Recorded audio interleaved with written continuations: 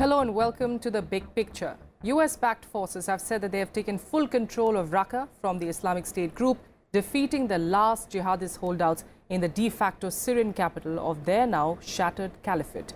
The Kurdish Arab Syrian Democratic Forces, who've been fighting inside the northern cities since they broke in on the 6th of June, flushed the few hundreds of IS fighters left in the city from their last positions in the main hospital and the national stadium.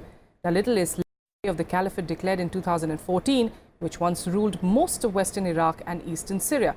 So is this the beginning of the end for West Asian terrorism?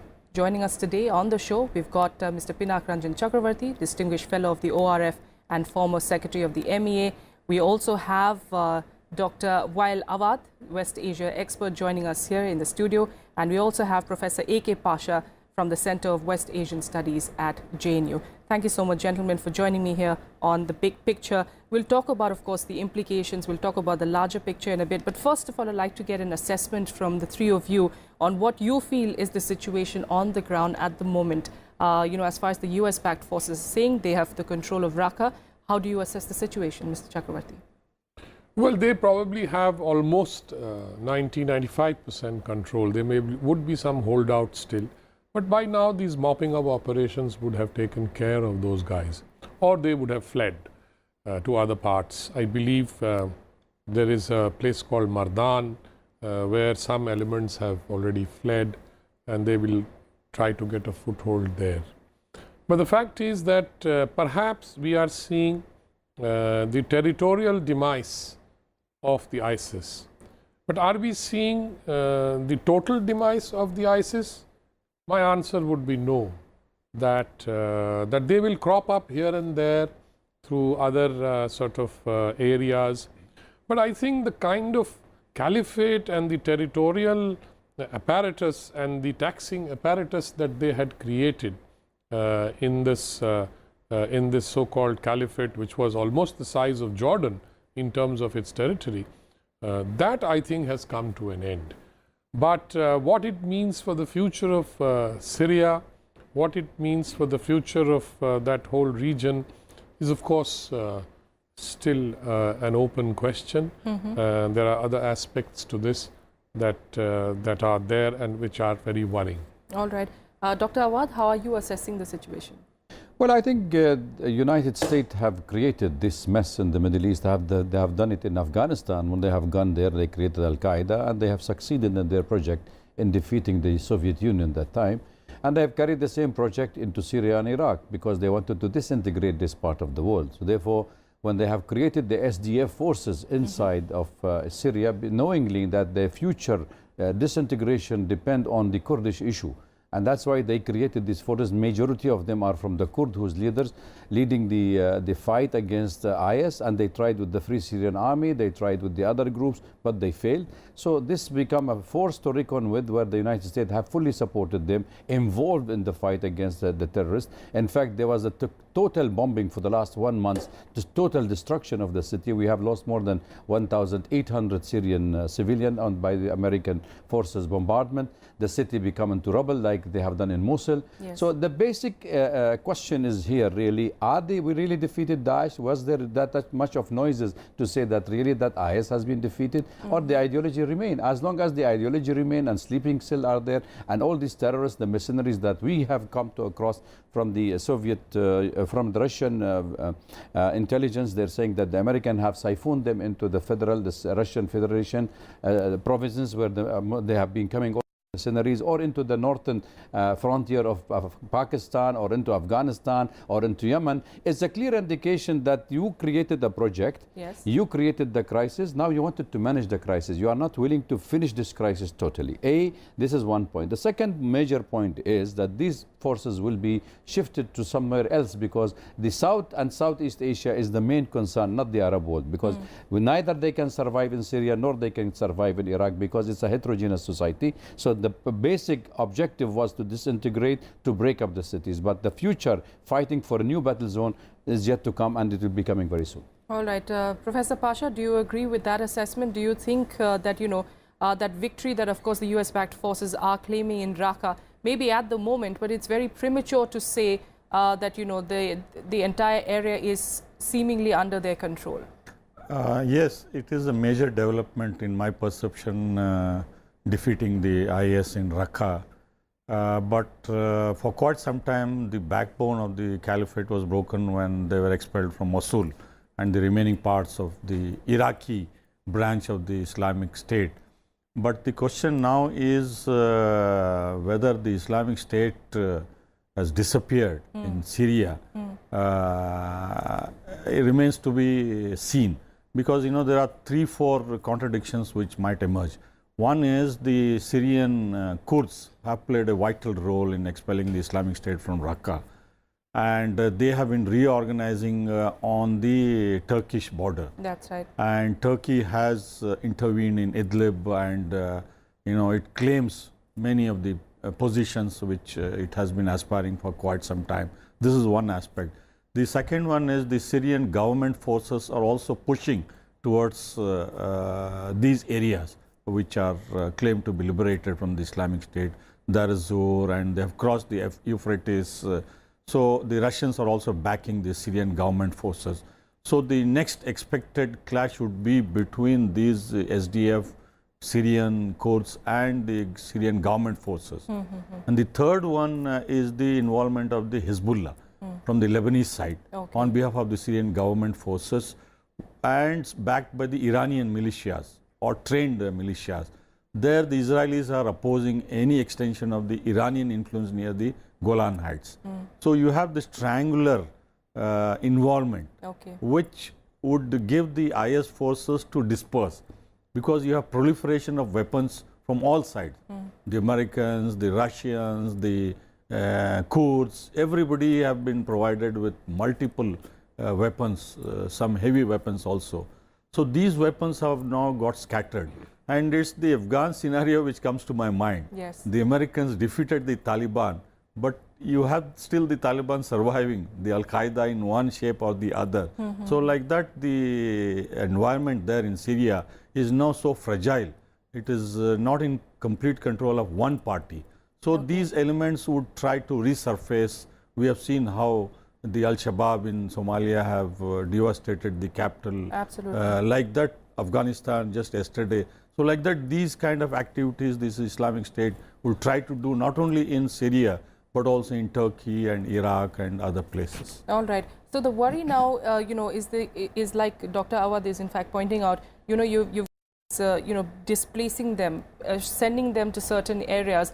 In fact, there is a deal where a total of, at least the reports are claiming that 275 Syrian IS fighters' relatives, they surrendered to the SDF, and it's unclear, of course, where that safe passage would be given. What is the indication? What do you feel is going to be the next step, at least on that front?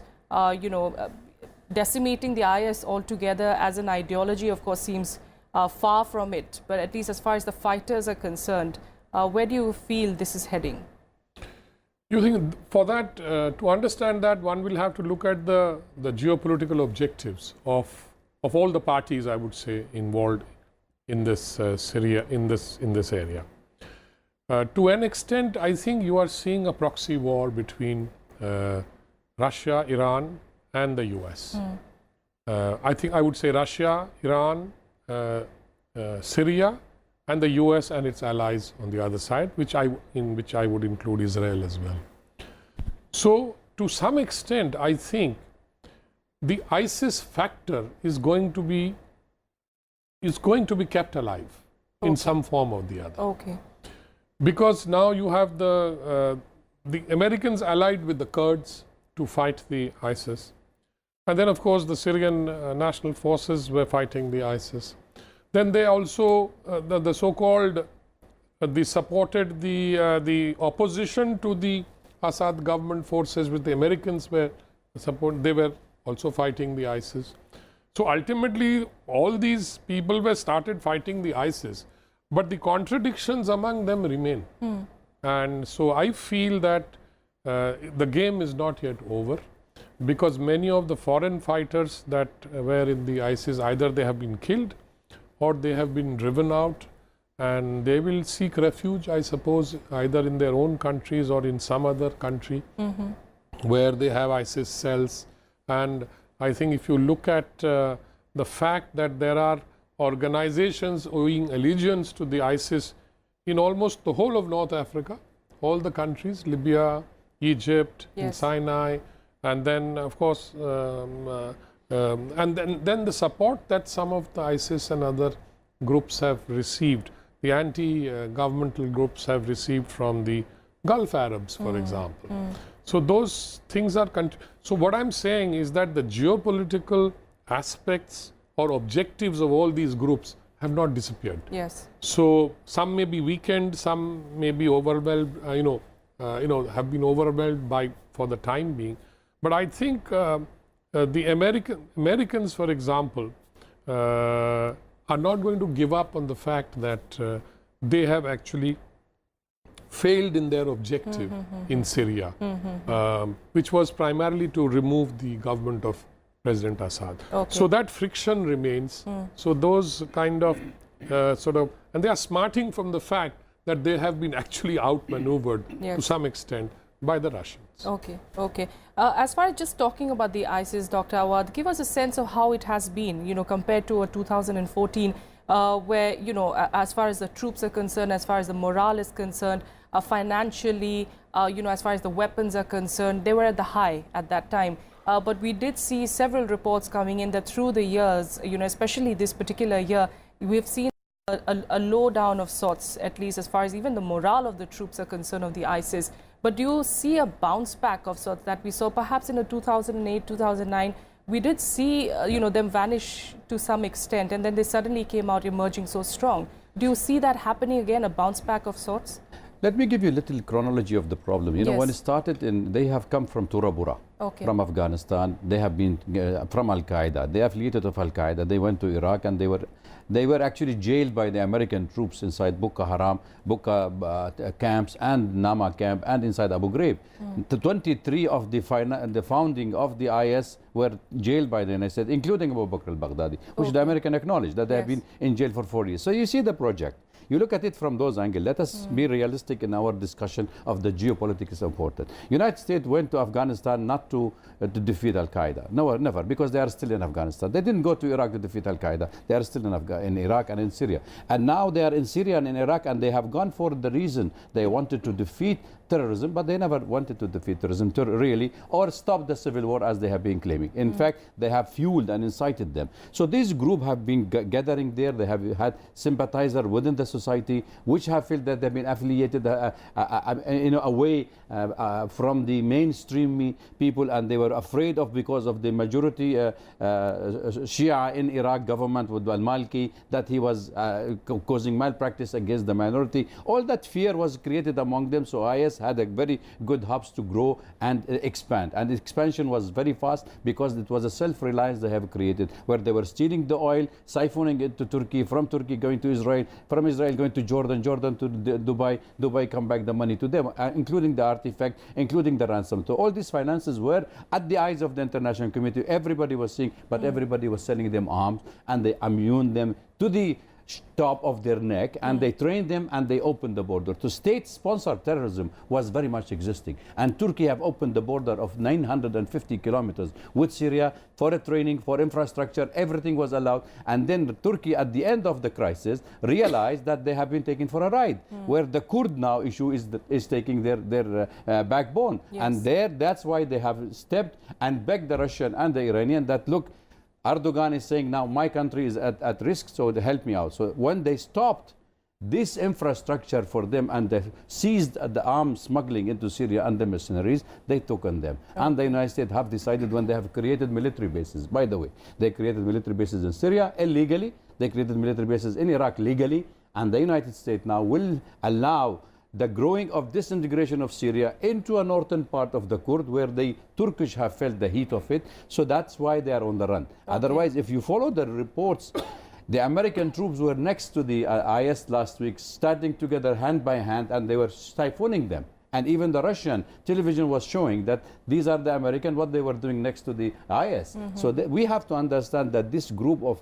mercenaries, rascals, killers, were trained by the most sophisticated agency in the world, and they allowed to lead a mass of ignorant under the name of Islam. So those people who were supporting them at the beginning realized that this savage have nothing to do with Islam. So they have immediately disowned them, and they allow them to go and allow them to also expel them from the country. So so as far as what we're saying is, as far as these countries, as far as the US, as far as even Russia have strategic interests in this particular region, maybe they may say that an IS has been defeated, but a villain is always going to be around. There is always going to be a name that they're going to associate with, that they're going to be fighting with. And when we say, is this the beginning of the end of terror in West Asia, we're far from it. Do you agree? You see, any crisis in any area doesn't emerge in a vacuum. You know, the fact of the matter was that after the Americans invaded Iraq, there was this fear among the Sunnis that the system now in Baghdad is dominated by the Shias. And the Sunnis, who were at the helm of affairs during Saddam Hussein, they felt elbowed out, sidelined. In the Anbar province, in Fallujah, in much of Mosul and western Iraq.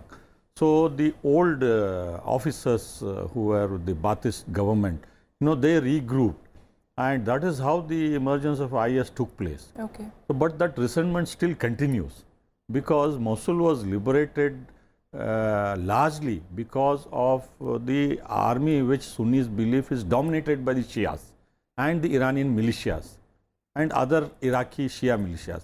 So this basic root cause of why and how the IS emerged in both Syria and Iraq still remains on ground. So the tribes, disaffected tribes in both the regions, you know, unless their grievances are redressed and the promises which were made by both the regimes are not fulfilled, you know, this will remain a fertile ground for outside powers to arm and use them one against the other. And the Syrian Kurds and the Iraqi Kurds would be willing to play the game, whether by the Americans or Israelis or even by the Russians. Russians are going to support the Syrian regime against the Syrian Kurds, because they want to have an autonomy as the Iraqi Kurds have. So it is going to be a fight for the control of the territory which Syrian President Assad is unable to extend without external support. So Russia is going to be there for the foreseeable future. Yes. Iran also, because of the Saudi factor and American renewed threat of sanctions on Iran, is going to take interest so that Israel would not be a factor in any foreseeable attack on the nuclear plants or even on its military capability. So all these actors are jockeying and repositioning themselves in the leftover territory of the Islamic State.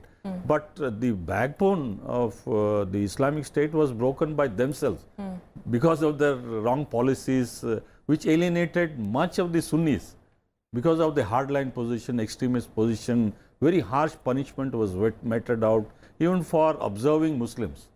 You know, if they don't grow beards, if they don't cover with their hijab, and ruinous taxes, and you know, all sorts of wrong things they did, which they claimed in the name of Islam, which they did not expect. Yes. So the Islamic State itself alienated from much of the supporters, and when they lost Mosul, the rich areas, oil and so on and so forth, you know, it was foreseen, and the 32 nation US-led coalition was working systematically to get rid of these forces, and that's how a combination of both, and also the Cold War between Qatar and Saudi Arabia and UAE, and the Iranian-Saudi Cold War also led to the debacle of the Islamic State. All right, Dr. what do you I think as long as the ideology of IS remain to be seen in the world, there will be no defeat for them. Actually, what happened when you're having the Muslim Brotherhood organization and the Wahhabism movement, which have really funded all over the world. You can see most of these places have been funded by the Saudi and the Qataris, money pumped into them to create those kind of a sleeping cell, to create havoc within the society. So as long as you see that Daesh is teaching from the curriculum of Saudi books, then we are in trouble. Therefore, we have to defeat the ideology and address the matter of who those countries supporting terrorists, and they become a scapegoat, and they are not allowed even to be addressed by any international community that you have been sponsoring terrorists on the ground. So basically, yes. No, what I want to say that let us not see this completely through the prism of a Shia-Sunni kind of a conflict. I think there are larger geopolitical and geostrategic objectives being pursued by all these countries. And let me also emphasize that there are no innocents. No side is innocent in this conflict. Everybody has done atrocities. Everybody has done, they played the same game of pitting one against the other and That's things right. like that. And that is why I said that there is some kind of a proxy war going on here. The other factor that I must emphasize is that, in the eyes of America and Israel particularly, this is the Arabs fighting among themselves. And in this whole region, and when I say Arabs, I also mean the Muslims, fighting among themselves is a jolly good thing for them, because it keeps them busy. They don't feel the heat at all on various issues like the Palestinian issue, for example. Yes. The Palestinian issue seems to have been just docked off the perch, and nobody is particularly concerned about it. And today, the geopolitical contest between Iran and Saudi Arabia has reached such an extent that today Israel, Qatar, Saudi Arabia and UAE are actually working in tandem. So, from where and how this has happened, this is a remarkable development. And I think the bottom line really is that Israel is supporting also some of these groups, Yes. so that they keep fighting, and then keeps them busy. And Israel feels that, okay, as long as they keep busy, they won't bother us. So that is also part of the calculus here. All right. So that's, of course, where West Asia is headed at the moment. And it's, of course, despite the victory that is being pointed out, that by the US-backed forces at the moment, things, of course, not looking as hopeful, at least as yet, for the region there. But just talking about the ISIS, Dr. Awad, where is the next zone going to be? Is South Asia going to be the next target? Is that a region that everyone should be worried about? The countries here, should we be worried about these fringe elements, somehow making its way into our countries here? Absolutely. See, the sole beneficiary of the IS being expanding anywhere in the world is the arm industry and Israel. And Israel is already increasing its hegemony in the region. That's why they wanted to see this part of the world disintegrated into different parts, and they can claim to be a Jewish state among the extremism nations surrounding the Israel. That's one of the objectives. The second objective is that, you see, when you start manufacturing weapons, you look for more battle zones. And battle zones will be made in Boko Haram, could be in Somalia, with the Al-Shabaab, could be on Philippines, could be in Afghanistan again, because they are already there, or in Pakistan, where we know that there are northern frontier have already received 1,000 of the Daesh mercenaries have reached already by the American jet flights. They have already siphoned them there. So if that is the objective, then we have to get worried, because the main objective of Daesh is the Muslim population, which is more in the South and Southeast Asia. You have 1 billion people, while in the Arab world we don't have, including those northern part, not even a 500 million. So the target is this part of the world, and I think that expansion will take place into this place. As long as there are sleeping cells and there are trained terrorists who are already infiltrated, and those returning, by the way, any country which had more than 100 of their mercenaries have fought in Syria and survived in Syria and Iraq and went back home, it's a big trouble for those countries, including the European and the American as well. All right. We'll have to leave it there for the moment. Thank you, gentlemen. Just one small point, quickly, the Syrian civil war and the Islamic State presence there saw Chechens, Uyghurs and many others. Where did they go? And they have all been safely transported to a safe place, and they will go back and create mayhem in Russia, in China, and other places, including on our borders with Bangladesh The US and will Burma. unleash them elsewhere. All right. So they are being relocated, and new areas of terror and violence would emerge. Business as usual. But the whole idea of the caliphate, that still remains, and that is still alive, despite the ISIS, of course. You can have mini caliphates like they have in Yes, Libya. I think what has happened is that the caliphate as as a historical object of, you know, goal, etc., a kind of longing for an old sort of a golden age, etc., will remain, like in all historical narratives. But to talk of a caliphate in the 21st century obviously is not going to work, and you know, in a globalized world of nation states, it's not going to work. I think it's a fight between secularism and extremism. That will continue for some time to come. More terrorism and more of extremism there anywhere in the world now. In the name of terrorism, everybody will be fighting each other. Yeah, What I'm more worried about is the fact that these people will be used for geopolitical objectives. Absolutely. Geostrategic and And that wouldn't be the first against Russia, against China, against India, against Pakistan, against Afghanistan, and So, everybody. terrorism being used as a political tool to achieve a political objective. Yes. All and right. without territory, caliphate has no meaning. All right. All right. We have to leave it there for the moment. Gentlemen, thank you so much for joining me on The Big Picture here. That's all we have time for the moment. Do join us again tomorrow for another topic. Thank you.